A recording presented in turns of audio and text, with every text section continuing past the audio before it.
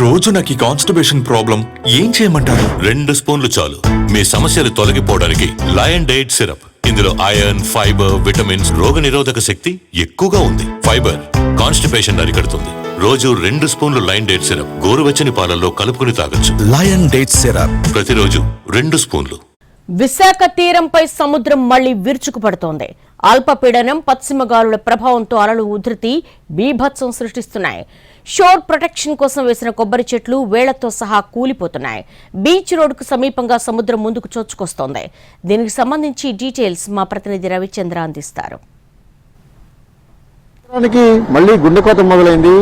కురుసురా submarine దగ్గర తీరం పెద్ద ఎత్తున కోతకు గురవుతోంది. ప్రస్తుతం కురుసురా సబ్మెరైన్ నుంచి ఆర్కే బీచ్కి వెళ్లే మార్గం ఇది. ఈ మార్గంలో ఇటీవల వాతావరణంలో మార్పుల కారణంగా పెద్ద ఎత్తున అలలు విరుచుకుపడుతున్నాయి. ఇక్కడ ఉన్న తీరం మొత్తం కూడా కోసేసుకుని పోతుంది. పెద్ద ఎత్తున ఇసుక మేటలన్నీ కూడా కడలి పాలవుతున్నాయి. చూడవచ్చు, మొత్తం ఒక మనిషి లోతు, అంటే ఒక నిలువెత్తు లోతు మనిషి పట్టేంత తీరం మొత్తం కోతకు గురైంది. కారణంగా ఎక్కడైతే కోకో ఎరీనాస్ ఏర్పాటు చేశారో మొత్తం తీర ప్రాంతంలో కోత నివారణ కోసం రాళ్లను పెట్టి అక్కడ ఉన్న కొబ్బరి చెట్లు వేశారో కొబ్బరి చెట్లన్నీ కూడా కూలిపోతున్న పరిస్థితి ఉంది. ఇప్పటికే 2 కొబ్బరి చెట్లు సముద్ర గర్భంలో కలిసిపోయి దానికి సంబంధించిన విజువల్స్ను కూడా మనం చూస్తున్నాం. అక్కడ పడిపోయిన కొబ్బరి మానది. ఇక మరికొన్ని కొబ్బరి చెట్లు కూడా ప్రమాదపు అంచనే ఉన్నాయి. అవి కూడా కోతకు గురైపోయే ప్రమాదం ఉంటుంది. ప్రధానంగా కురుసురా సబ్మెరైన్ నుంచి వైఎంసీఏ మధ్య తీరం కోత పెరుగుతోంది. ఏటా ఇక్కడ 100 టన్నుల ఇసుక కడలి పాలైపోతున్న పరిస్థితి ఉంది. ఎక్కడైతే బయట నుంచి వస్తున్న గాలులో మార్పు కారణంగా ఈ మొత్తం విండ్ డైరెక్షన్ వల్ల ఇక్కడ ఉండాల్సిన అలల తాకిడి పెరుగుతోంది. దీని కారణంగానే ఈ మొత్తం తీర ప్రాంతం అంతా కూడా కోత గురవుతుంది. విశాఖ తీరానికి బీచ్లు అనేవి చాలా ఇంపార్టెంట్. ఇక్కడ పర్యాటకంగా కావచ్చు, లేకపోతే విశాఖ ప్రొటెక్షన్కి సంబంధించినంత వరకు కూడా ఈ ఇసుకే చాలా కీలకమైంది. ఇది కూడా ఏటా కోతకు గురైపోవడం ఆందోళన కలిగించే అంశం. మరోవైపు షోర్ ప్రొటెక్షన్ ప్లాన్ కోసం కేంద్ర ప్రభుత్వం దాదాపు 200 కోట్ల రూపాయలను కేటాయించింది. ఈ మొత్తం అమౌంట్తో ఈ ప్రాంతం అంతా కూడా అభివృద్ధి చేయాలని VMRDA కూడా నిర్ణయించింది.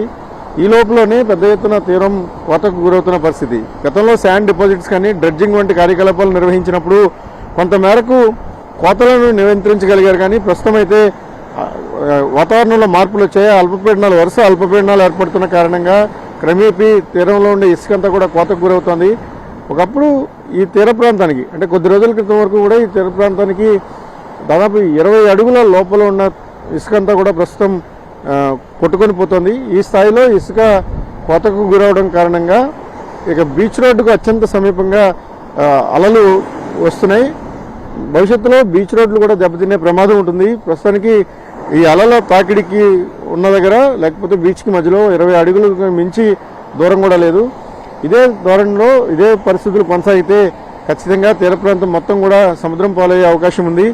ఓవరాల్గా తీరం కోతకు గురవడం అనేది ఎప్పటి నుంచి ఉన్నప్పటికీ ఈ స్థాయిలో పెద్ద ఎత్తున తీరం కోతకు గురైపోవడం, ఇక్కడ ఉన్న ఇసుక మేటలన్నీ కూడా సముద్రం పాలైపోవడంతో తీవ్రమైన ఇబ్బందులు ఎదురయ్యే పరిస్థితులు కనిపిస్తున్నాయి. దీనికోసం VMRDA కేంద్ర ప్రభుత్వం ఇచ్చే నిధులతో తక్షణ పనులు ప్రారంభించాలని కూడా తీర ప్రాంత వాసులు డిమాండ్ చేస్తున్నారు.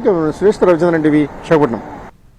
నా కూతురికి ఇప్పుడే ఇంత జుట్టు రాలిపోతుంది, ఏం చేయమంటారు? 2 స్పూన్లు చాలు లయన్ డైట్ సిరప్. ఇందులో ఐరన్, ఫైబర్, విటమిన్స్, ముఖ్యంగా రోగనిరోధక శక్తి ఎక్కువగా ఉంది. ఐరన్ పోషకాలు జుట్టు రాలడాన్ని అరికడుతుంది. రోజు 2 స్పూన్లు లయన్ డైట్ సిరప్ గోరువెచ్చని పాలల్లో కలుపుకుని తాగొచ్చు. లయన్ డేట్ సిరప్ ప్రతిరోజు 2 స్పూన్లు.